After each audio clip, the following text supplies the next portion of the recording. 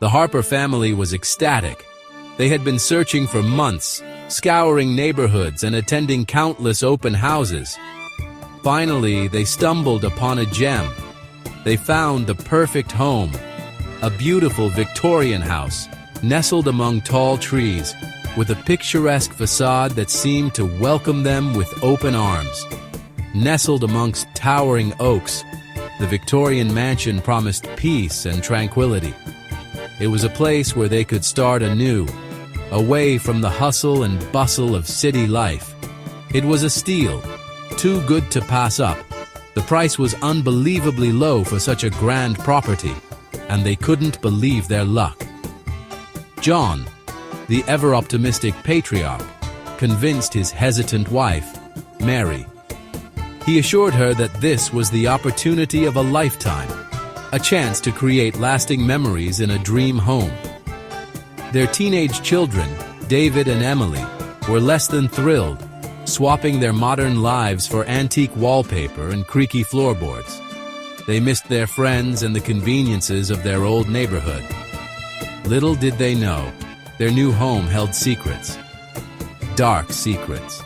The kind that lurked in the shadows and whispered in the night. Moving day was chaotic, a blur of boxes and furniture. The family bustled about, trying to find a place for everything in their new, expansive home. Exhaustion replaced excitement as they settled in. The initial thrill of the move gave way to the reality of unpacking and organizing. The house felt different at night, larger, colder. The vast rooms seemed to echo with a life of their own, and the darkness felt almost tangible. A sense of unease settled over Mary as she surveyed the darkened hallway. She couldn't shake the feeling that they were not alone. Her unease was dismissed by John as just getting used to the place. He reassured her that it was normal to feel a bit unsettled in a new environment. But deep down, Mary couldn't shake the feeling something was wrong. Terribly wrong.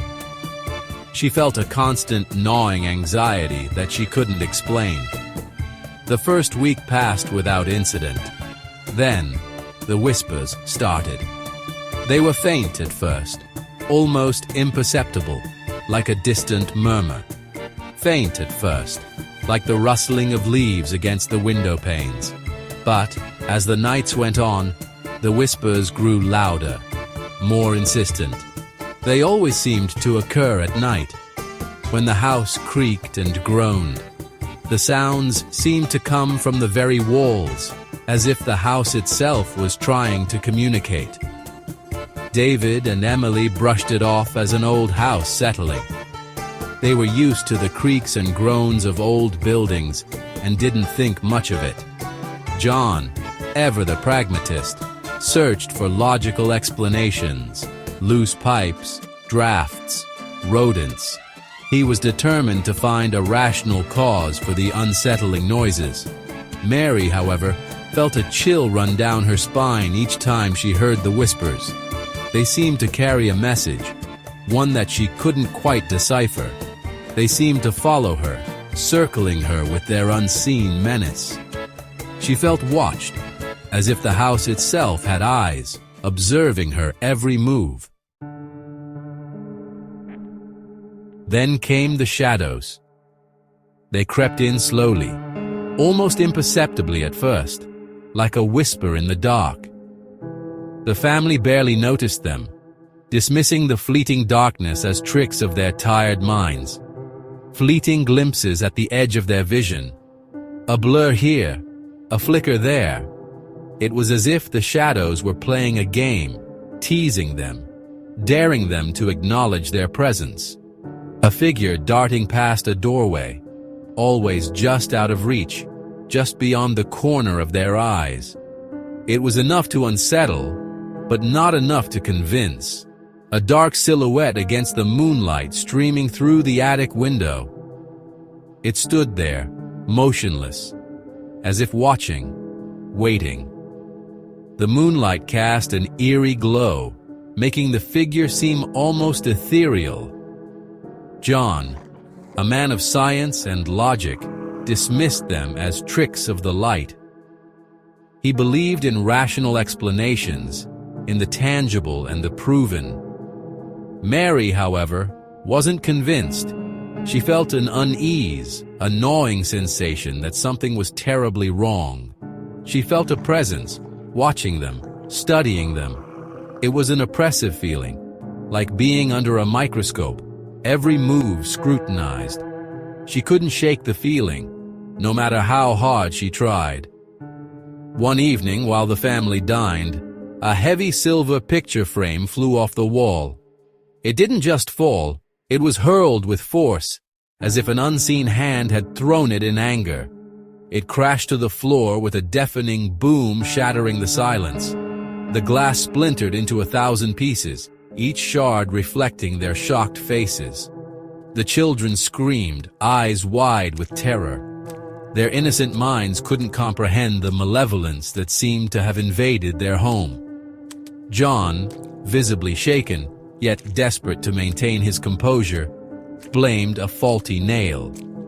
He tried to rationalize the event, to find a logical explanation, but his voice wavered with uncertainty. Mary, however, saw the truth in her children's eyes. They felt it too. The fear was real, palpable. It was no longer just her imagination. The house was not what it seemed. Sleep offered no respite. Nightmares plagued them. Each night was a battle, a struggle to find peace in a place that had none to offer. David dreamt of shadowy figures with glowing red eyes. They haunted his dreams, their gaze piercing through the darkness, leaving him drenched in sweat and paralyzed with fear. Emily woke up screaming from visions of a pale woman in a white gown, her face contorted in anguish. The woman's sorrow was overwhelming, a tidal wave of despair that left Emily gasping for breath. John, for the first time, felt a flicker of doubt. His steadfast belief in logic and reason was being challenged by the unexplainable events unfolding around him. He tried to convince himself it was just stress, the anxieties of moving into a new home manifesting in their dreams. But the evidence was mounting, and his explanations were wearing thin. Mary, however, knew better. She had always trusted her instincts, and they were screaming at her now.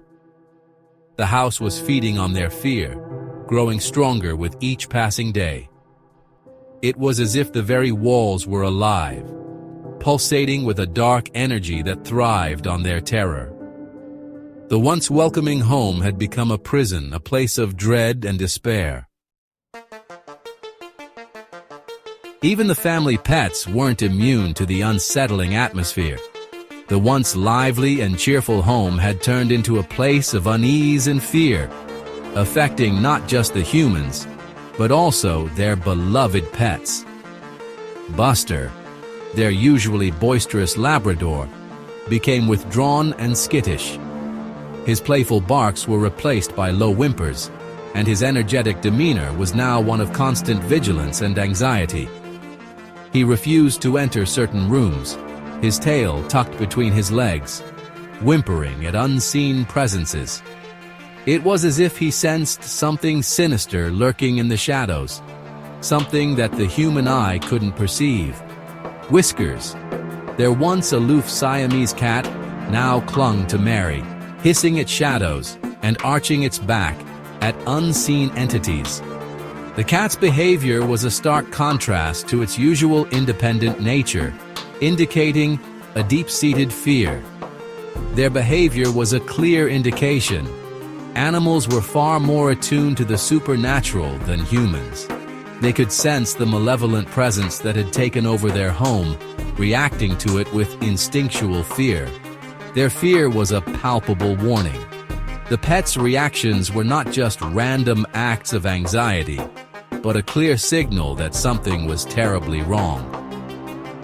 One night, while Mary tried to soothe a trembling Buster, she felt a cold breath on the back of her neck. The sensation was so real, so chilling, that it sent shivers down her spine. She spun around, heart pounding, but found nothing. The room was empty, yet the feeling of being watched, of not being alone, was overwhelming.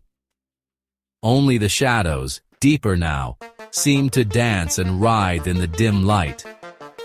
They moved with a life of their own, creating an eerie and unsettling atmosphere. Fear, cold and sharp, pierced through her.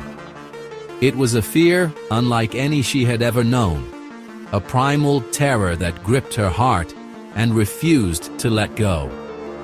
She knew then, with chilling certainty, that they were not alone in the house. The presence was real, and it was watching them, waiting. John, witnessing his wife's growing terror and the undeniable change in their pets, finally admitted that something was amiss. He could no longer dismiss the strange occurrences as mere coincidences. He tried to rationalize it, blaming faulty wiring for the strange occurrences, drafts for the cold spots, and the house's age for the creaking and groaning. But deep down, he knew these explanations were insufficient. But even he couldn't ignore the growing sense of dread that permeated the air, heavy and suffocating. It was as if the very walls of the house were closing in on them, trapping them in a web of fear. The house was no longer a home. It was a prison, a malevolent entity holding them captive. The once warm and welcoming abode had transformed into a place of horror, where every creak and shadow held a sinister promise.